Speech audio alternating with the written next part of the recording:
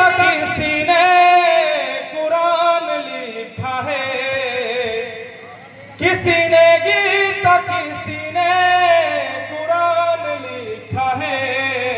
क्या बात है।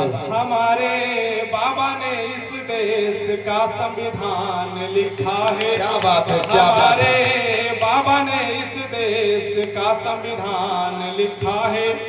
सर्वप्रथम करुणा के सागर, दया के भंडार भगवान तथागत गौतम बुद्ध के चरणों में अपने शीश को झुकाकर प्रणाम करता हूँ।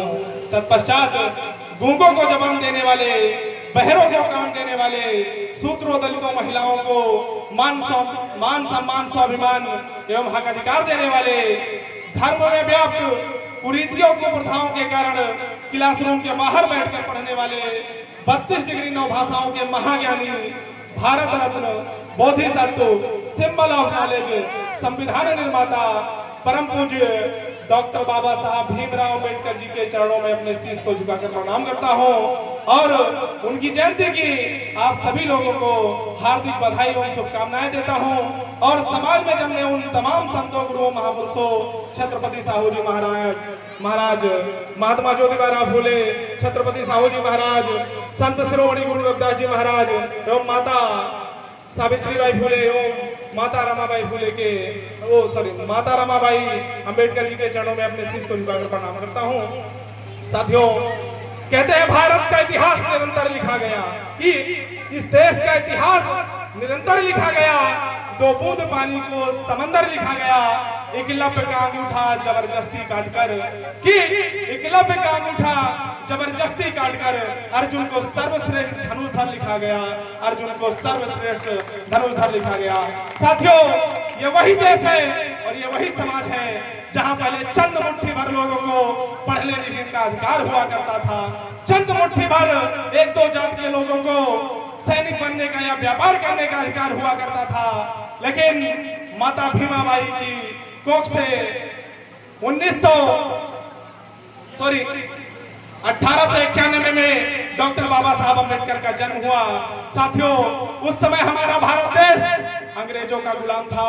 लेकिन साथियों, इस देश में, ये पूरा देश तो अंग्रेजों का गुलाम था, लेकिन इस देश में कुछ लोग गुलामों के भी गुलाम थे। इन्हें कहना है कि इस देश के इंकलाबी बेहिसाब बेलगाम थे, कि इस देश के इंकलाबी बेहिसाब बेलगाम थे। इस देश में शूद्र दलित महिलाएं गुलामों के भी गुलाम थे, गुलामों के भी गुलाम थे। साथियों, ये वही देश था जहां सभी को पढ़ने लिखने का अधिकार नहीं था। लेकिन डॉक्टर बाबा साहब अम्बेडकर ने हमने 4-4 बच्चे कुर्बान करके हम सभी लोगों को पढ़ने लिखने का अधिकार दिया। हम सभी लोगों को वोट डालने का अधिकार दिया। हम सभी लोगों को मान सम्मान और स्वाभिमान से जीवन जीने का अधिकार दिया। वरना इन धर्म के ठेकेदारों ने तो गले में हांडी और कमर में झाड़ू बंधवाया था। झाड़ू इसलिए बंधवाया था ताकि आप चले तो आपके पैरों के निशान मिट जाएं। गले में हांडी इसलिए बंधवाया था कि आप थूके तो उस हांडी में थूके, जमीन पर न थूके। साथियों, आज लोग आरक्षण पे बहुत ज्ञान देते हैं, लेकिन मैं पूछना चाहता हूं कि आरक्षण तो केवल 1950 से लागू है। इस देश में कौन लोग थे जिन्होंने एकलव्य का अंगूठा कटवाया था?